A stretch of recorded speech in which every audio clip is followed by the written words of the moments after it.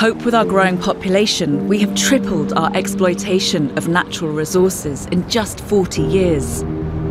As a result of the vast expansion of mining, industrial-scale farming, fishing and other human activities, natural ecosystems have lost nearly half their area, and 1 million plant and animal species are facing extinction. Without the ecological networks which regulate our planet, from cleaning air and water to providing food, we simply cannot survive. But there is still time. We meet the pioneers striving to protect two of our most valuable remaining ecosystems. I'm Russell Beard in Sweden, where an inventive clothing company is using groundbreaking technology to fight deforestation. And I'm Amanda Burrell in Turkey, where one man is fighting to protect a wetland haven for migrating birds.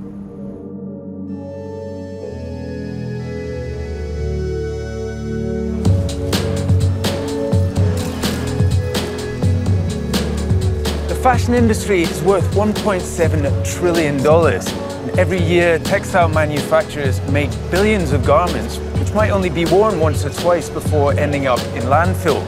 This so-called fast fashion is incredibly resource intensive and, perhaps surprisingly, one of the key drivers of biodiversity loss and deforestation. I'm in Sweden, where one company is working on a green solution to this global problem. But first, I want to understand the impact of fast fashion. So just 20 kilometers outside Stockholm is the primeval Tresta forest. We're on our way there to meet Nicole Rycroft. She's a conservationist and she's on a mission to protect ancient forests around the world. How are you? Great to see you. Nice to see you. Thanks so much. We come to Stockholm to do a story about fashion. Why are we in the forest? So there's 150 million trees that disappear every year into the clothing that we all wear. It's slated to double within the next decade. I've never heard of that connection between fashion and forestry. Yeah, well, it's not an intuitive link. That's something that's soft and silky next to your skin. Actually, it starts off as a tree. Many of these trees come from endangered forests, thousands of years old, known as primary forests. Around the world, 50% have already been lost due to human impacts such as logging. Nicole runs Canopy, an organisation dedicated to protecting those that remain. It's a complete breakdown of the ecological functioning of that area. There's a massive release of carbon into the atmosphere, disrupts species habitat. Even though trees can grow back, ancient and endangered forests are irreplaceable. After the forests are cleared, the wood is pulped and processed into fabrics called rayon and viscose. But it's shockingly wasteful. As much as 70% of the harvested wood is dumped or incinerated. Just 30% ends up in the garments that we wear. Canopy works with businesses that source from primary forests to find green alternatives. One of their main focal points is the global fashion industry. What's your strategy here? How are you going to make a difference in this? My experience is that it's some of these big global brands, they have the ability to actually engage their suppliers to stop them from logging in ancient and endangered forest ecosystems. And if we can redirect it to be more sustainable now using recycled fabrics rather than them ending up in landfill, and for the current capacity that's already in production, let's just make sure it's not coming from really important ancient and endangered forest regions. I like that. So you're talking about a kind of a two-pronged approach. One is the kind of conservation and stopping that deforestation in the first place. And the second one is this recycling element. So reusing what's already been produced. So that's a big priority for Canopy, is to really help kickstart commercial scale production of these next generation solutions like recycled clothing being used. I've got a confession to make. I had to get a thermal because I was terrified we were going to freeze. And I looked at the label on the way here. Is that 33% viscose? Well, there we go. I wouldn't feel bad if I was you. I was surprised when I first discovered the link between ancient and endangered forests and viscose. Canopy are helping to transform the fashion industry.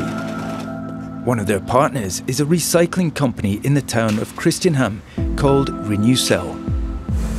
They've invented a pioneering technology that promises to transform textile manufacturing. It came of age in 2014 when a catwalk model donned a yellow dress made from 100% chemically recycled fabrics for the first time. CEO Matthias Johnson has offered to show me how it all works. Start us right at the beginning. Yeah. This is post-consumer. This is jeans, blue jeans that people have wear and tear and then dispose of. So what's next for this? It goes into our shredder here. And then it's further processed in a dry stage where we separate any metals. And then it goes into wet stage. We dissolve it into slurry. Then we take out some of the colors. We bleach it a bit. And then we dry it. What would be happening to this stuff if you guys weren't using it for your process? Most of it will be landfilled or burned. We're getting some evil looks from these guys. I think if we stop feeding the machine, I think the whole system breaks down. Every stage of the process has been carefully considered. The dyes and chemicals are all recyclable, and the water is reused too. After the drying process, the fabric is pressed and packed into paper-like sheets. Surprising, we didn't expect this to be the end product. This is a pulp sheet, and contains a lot of cellulose, and that cellulose is really good stuff for making viscose fiber. This is the raw material from which the viscose fabric is finally made. And this is the viscose. You can spin it like a normal fiber, then you've got yarn. So this can be woven into any item of clothing. What have we got here? This is the famous yellow dress, and this is the world's first chemically recycled piece of garment. Wow. Okay. It's made from blue jeans. No. That's right. The same stuff. It doesn't look like a worthy, environmentally friendly garment. This looks like any other garment that you would see in the high street. Absolutely. And that's why we not necessarily call this recycling, we call it upcycling. Right. I'm inspired by what I've seen here. Renewcell are hoping to open another 3 plants within the next 5 years. Manufacturers are taking steps towards reducing that pressure on primary forests. But for all this to make a real difference, there needs to be demand, and that demand starts here on the high street. Were you aware that there is a connection between the fashion industry and deforestation? I actually did not think about that. Do you know what viscose is? Yeah, it's a synthetic material, right? Organic material? Do you know where it comes from? No idea. Were you aware of this connection between the fashion industry and deforestation? No, I had no idea. Judging by these shoppers, there's some way to go before awareness will drive demand. But Nicole's organisation, Canopy, are working to bring suppliers like Renewcell together with brands who can stock their products. Big fashion brands, they are driving a lot of the problems that we're seeing. How do you address that? Sure. There seems to be a bit of a disconnect there. Clothing touches all of our lives on a daily basis. It produces 100 billion garments every year. It has a big footprint. You can't not have a big footprint when you're that big. And it's exactly because of that reason that we need them to be part of the solution. So it's fun to be here, I think, on High Street, and in between 2 of Canopy's brand partners, Kapal and H&M, who are part of the 170 plus brands that we're working with in the fashion sector to transform the viscose and rayon supply chain. So you said you've been working with H&M? Yes. Can we see some of the stuff you've been working on? Yeah, absolutely. Let's go inside and have a look. Canopy's success is growing all the time. Nicole's hope is soon every store will stock recycled clothing. So this is a rack of clothing that has a variety of different environmental qualities. This product here is really interesting, as far as you can tell, just a pair of denim jeans, but it's got 20% recycled cotton. But at Renewcell, we saw them producing a kind of a feedstock, which was 100% recycled cotton. Do you think we're going to get to that point? I do. And I think, in the short term, this is what's available today. And Renewcell is, hopefully, next season's clothing. So that this moves from having 20% recycled cotton to 100% recycled. H&M recently partnered with Renewcell to support its continuing research. This is part of the clothing giant's pledge to use 100% sustainably sourced clothing by 2030, which will be priced at the same cost as non-sustainable items. And in-store, customers are encouraged to drop off unwanted garments to be recycled by companies like Renewcell. So I'm quite curious to see if there's anything in here. If there's actually anything in here. Yeah, look at that. They could be any clothes. They can be any brand's clothing. We have been working with big global retailers and designers on ensuring that this recycling program actually continues to increase so that it gets fed back into the clothing supply chain and ultimately becomes next season's fashion. So literally kind of closing the loop on it. That's where we want to get to. That's where we want to get to.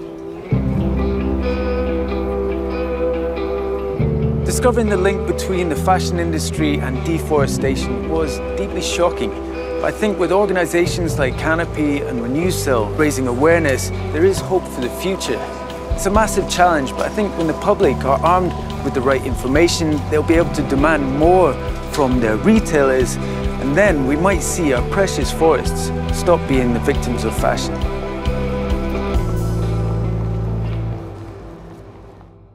Ecosystems are just like the systems of your body. As long as they are looked after and managed well, then the body is in good shape. And if they're mismanaged and not cared for, the body could potentially die. Ecosystem collapse is akin to organ failure in our own bodies. If enough of the organs that make up the terrestrial body are removed or are made sick, the body dies. Again, the earth is no different. Each of us has a role to play in fixing this problem. We could have a world that is beautiful and vital and alive, or one that is quite bleak and quite brutal. It's directly related to what we choose to do, whether or not we actually choose to do the work necessary to mend and repair and rehabilitate our ecosystems, or to participate in their death.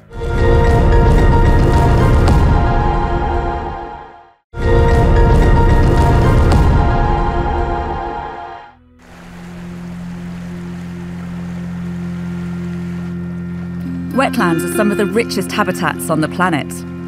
In this remote corner of northeastern Turkey, there's one which is proving to be an ecological gem. Conservationists have only recently realised its vital importance, not only for local birds, but also for those migrating from all over the world. And yet, the Aras River wetland is under threat. I've come here to meet a man who's hoping to save this remarkable part of the world. Can Shekagioğlu is a world-renowned ornithologist. Nice to meet you too. You've come prepared. Oh, yeah. A professor in the United States, every year Can returns to his homeland of Turkey and comes to this arid part of the country. What draws him here is a 5-kilometre squared pocket of land, the Aras River wetland. Can came across it in 2005.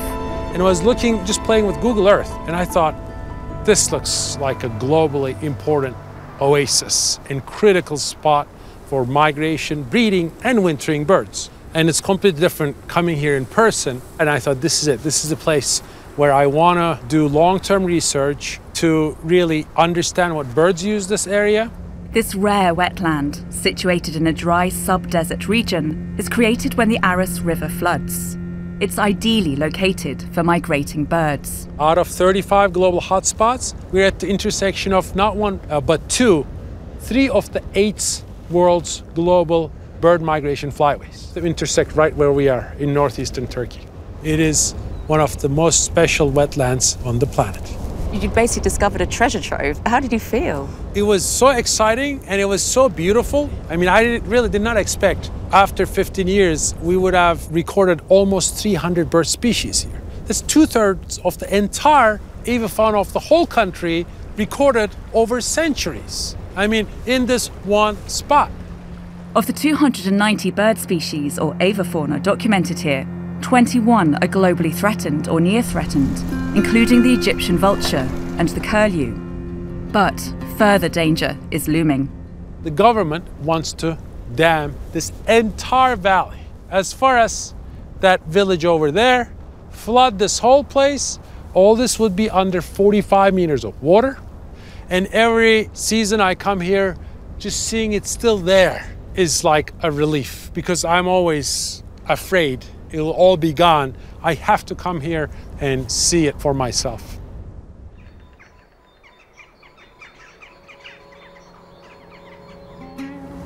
Early the next morning, Chan takes me to the bird ringing station down in the wetland. He's currently fighting in the courts to reverse the government's decision to build the dam. He hopes the data gathered here will prove the wetland's rich biodiversity and thereby ensure its protection. We see everything here from -10 to plus 40 centigrade in the shade. Can get very cold here or very hot. I think it's more like -10 degrees today. Exactly, yeah. Should we go inside? Yeah, see if they've got any tea on or something. Oh yeah, we do. We always do. Brilliant. It's turkey. Inside, the team are already hard at work. Morning. Amazing. Yesterday too, in the first round. Oh, he's tiny wee. Can I touch him? I don't want to scare him. No. Hello.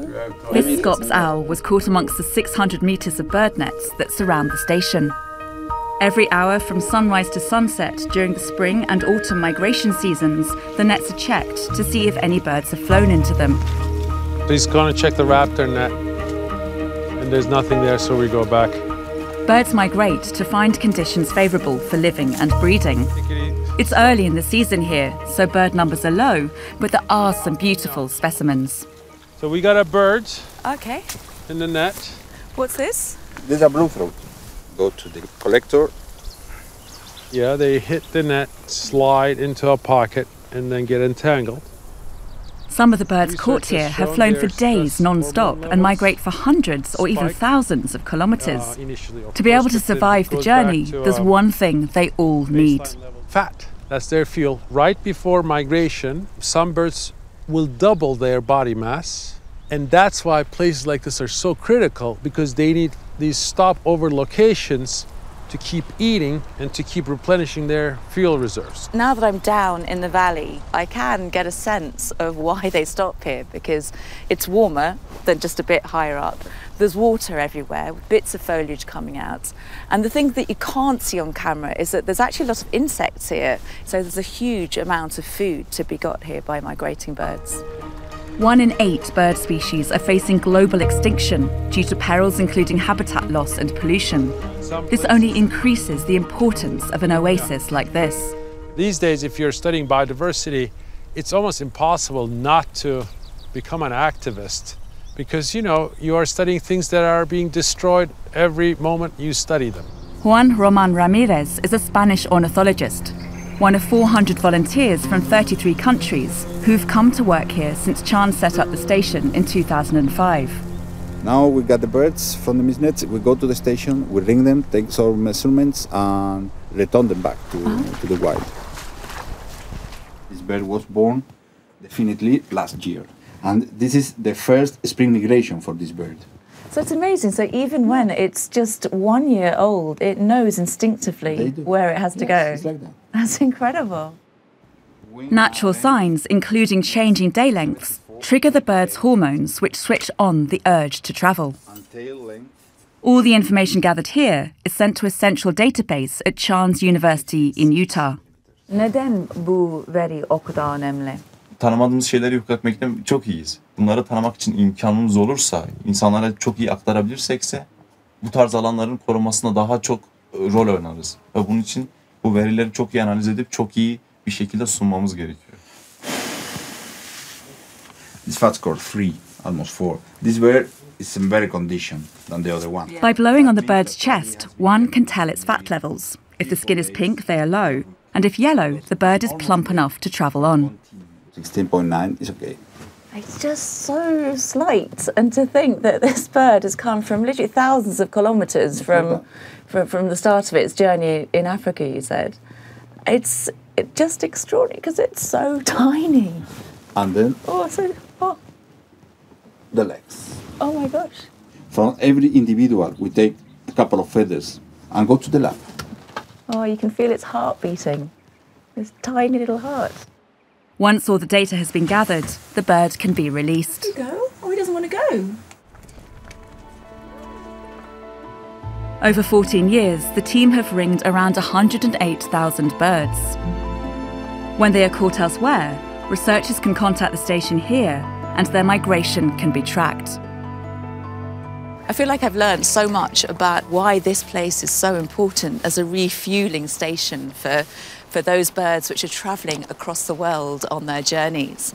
And being here with the team, witnessing their passion and their commitment to the cause has really brought home to me just how important this place is. But 16 kilometres up the road is a reminder that despite its importance, the fate of the Aras River wetland is far from secure. This is why I wanted to bring you here, just to see what happens when you build a dam on the Aras River. Could birds not live here? I've scanned already, and there's basically nothing. I mean, there's a couple things on the arid cliffs, but where are the wetland birds? Nothing on the shoreline, no waders on the mud flats. About a decade after this is built, there's no revegetation, hardly anything has come back. And remember, at Aras, it's the floodplain of the river that's creating all those wetlands. And because here, by design, there will not be any flooding, you're not going to have that rich soil and all the vegetation that grows on it. The whole Aras Valley will look like this, ecologically dead. Everywhere you go around the world, there's that fine balance between development and nature. And of course, progress has to be made. What's needed are solutions that benefit both populations and the natural world. Can has some reason to feel hopeful in his efforts to win protected status for the Aras River wetland. In 2009, with data provided by him and his team, Lake Kuyucuk, 70 kilometers north of Aras, was designated a Ramsar wetland, giving it international recognition as being of global importance. I can see hundreds. Hundreds, really? Yeah. Can I have a look? Yeah, I'm so badly kitted out.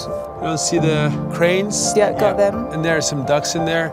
These critical lakes are dwindling and going out one by one. So Kuyucuk is one of the last and most important lakes in the entire northeastern Turkey. But Ramsar status doesn't mean the lake is thriving. Direct impacts such as draining it for irrigation and hunting have stopped, but indirect threats remain. Groundwater extraction through nearby wells is reducing the lake's water levels, and animals still graze the reed beds. In September 2018, the lake dried up completely. It was just black, dry mud. During the season, when it is the most important for birds, there was no water and no birds.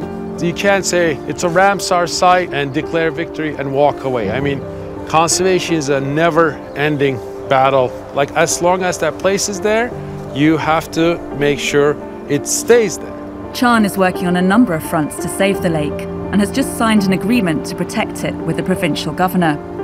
Meanwhile, his struggle to prevent the dam from being built on the Aras River wetland continues. Just coming here regularly, year after year, reminds me the importance of the work we are doing. And even if I lose, I'll have, on my conscience, I'll know I have done my best and I didn't just turn my back and gave up. It is estimated that around half the world's wetlands have disappeared in the past century. Kuyucuk Lake and the Aras River wetland have Can to champion them, but as global development continues apace, more wetlands in other parts of the world are going to need a local hero to fight their corner. Across the globe, ecosystems are falling victim to human exploitation.